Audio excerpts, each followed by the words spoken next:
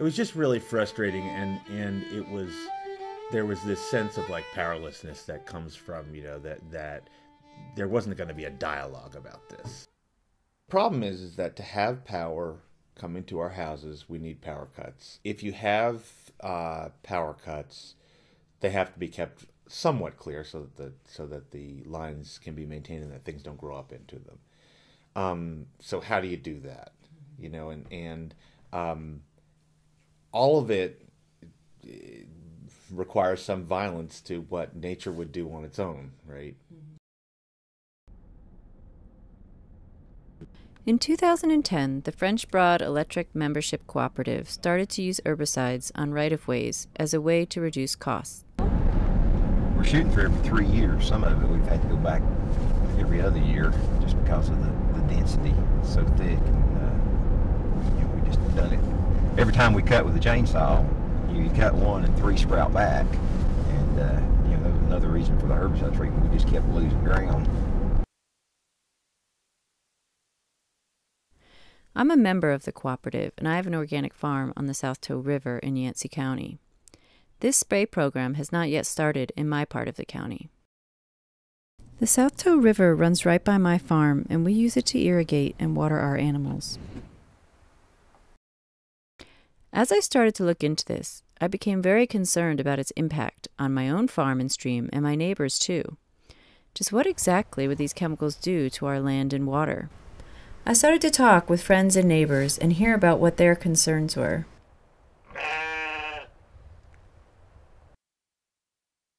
Then I decided to go and talk to Jeff Lovins, CEO of the cooperative.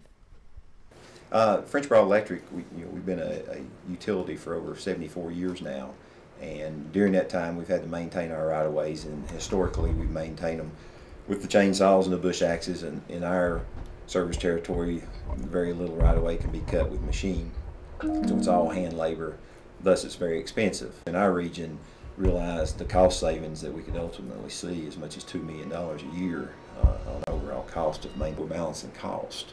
Our idea, and if it's a cost-effective way, we'll start doing it tomorrow. Mm-hmm. It's very expensive. It's very expensive for us to cut it all by hand.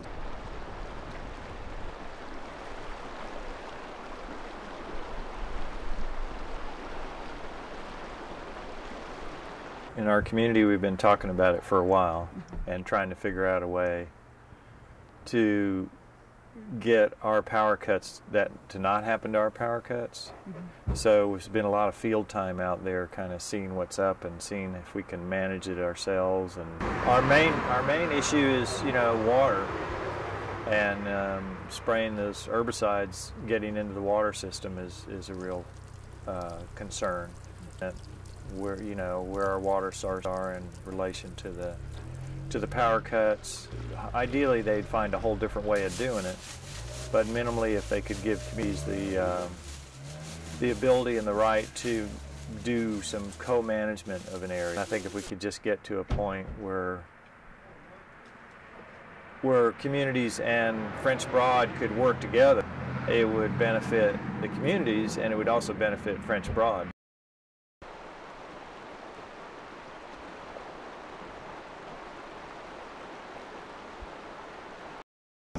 We needed something that was going to be as environmentally friendly as possible. So we're using with the Polaris and Rodeo, or the main ingredients of the herbicides that we're using. They are approved by the, I believe, Greg, it's the FDA and the EPA. EPA has approved these herbicides for aquatic use, so they can be sprayed directly in water without any harmful effects. We spent a lot of time looking at it. I know a lot of other utilities spend a lot of time looking at it, and there's just not been anything conclusive as to the long-term harmful effects to human beings. The Polaris, actually the active ingredient in Polaris, imazapyr, is actually broken down readily in water, and if you read the label, so was the Rodeo, if you read the label, because that's the reason they both can be applied directly to drinking water, actually in the concentrate form, to kill aquatic weeds.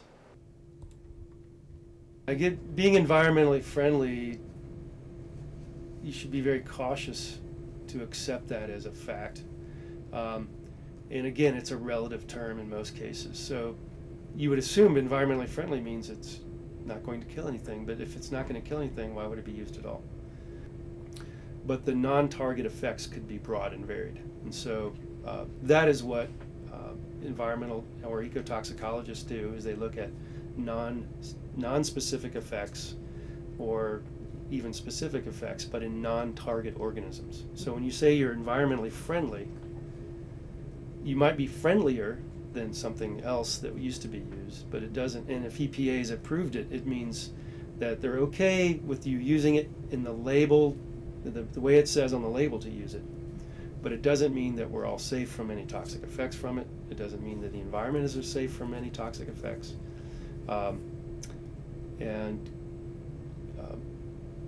That's where that statement lies. It's, you know, it doesn't mean that you are immune of any effects to anything else other than the plant underneath that power. This whole, I guess there's a little ridge that goes up there, and then you can see the ridge up at the top of Grassy Road. So this whole bowl looks to me to be the watershed for our spring. And so this power cut, and then the cut over to the Bernsteins that connects to Jody's. So this is the only part that would be in danger of being sprayed by herbicides and whatnot, the power cut area, and the rest of it.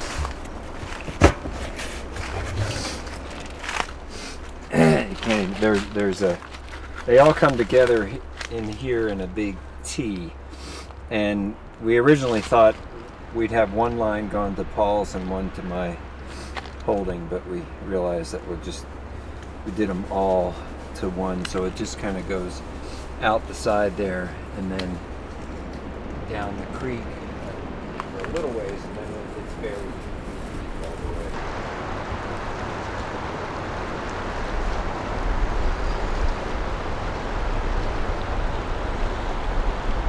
How do you balance that with like this potential public health impact and also surface water?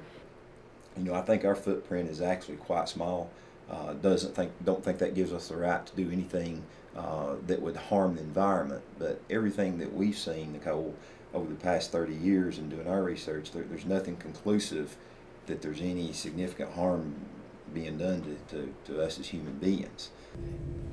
So it's rare that EPA does the testing themselves unless they've got some, you know, particular interest. And my 4 years at the EPA, there was less and less testing going on at the EPA and more reliance on the companies that were trying to get their products registered. So the EPA was using their data instead of their own. What they're not addressing there are the metabolites. What do these compounds turn into? Because of the, you know, some of the basic laws of physics, things just don't disappear and turn into nothing. They turn into something else. In some cases, those metabolites are known to be even more toxic than the parent compounds. And we'll look at all the downstream effects of these other metabolites as well. And I thought they would love it. The power company would love it because I'm doing all the work, and it's easily, like, you can get through. I got a path. You can get through any time. Whereas when they come through and chop everything down within a year, you can't get through it, or even hardly right away because it's all a big mess. Just maintain this myself and clear around the blueberries and these areas, and have myself a blueberry. I'll be the blueberry king of Silo.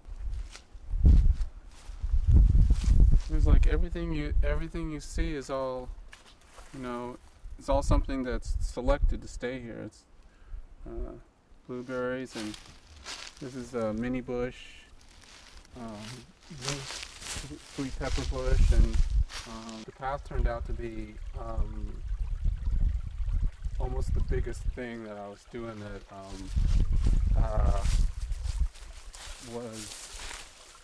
because people started using it more and more, and it gets a lot of traffic now, and I was hoping to have this whole thing be like an edible park. What I'm doing, like, I don't want them to spray or cut, you know, hoping they'll let me keep my project going.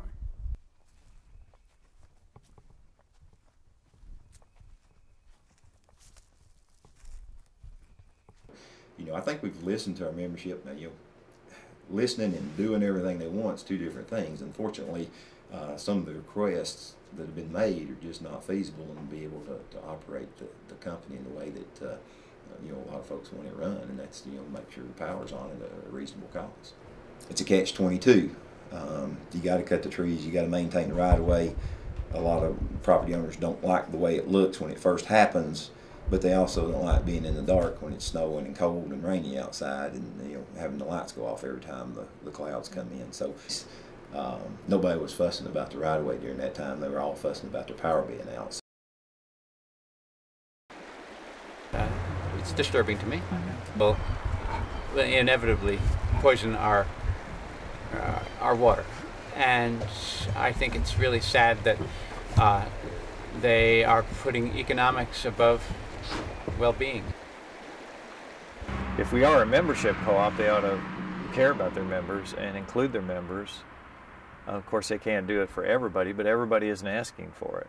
So if they could at least look at the communities where there are people who are willing to, who really want it something different, to at least have sit-down times with them and see if there's other alternatives. It's frightening. We're frightened, and we have everything into this farm. We have given up to, I would say, 18 hours a day for 3.5 years to make this what it is. That stuff that's flowering yellow, but in the sun it like flowers so much more. But I don't know if I'm going to be able to keep those because they want everything to be 2 feet tall or less. And so I'm definitely keeping these. I'm going to like pitch my tent and like lay down in front of the sprayers because they are not going to spray these. Basically, nobody has much of a voice unless you're on the board itself. And that doesn't seem right to me. This spring, members joined together to try to get new directors elected to the board of the co-op, those more interested in a sustainable future. People are talking about our cooperative now and lending a hand in how power gets to our homes. And so, by the power of our own muscles and the power of the vote, changes will come.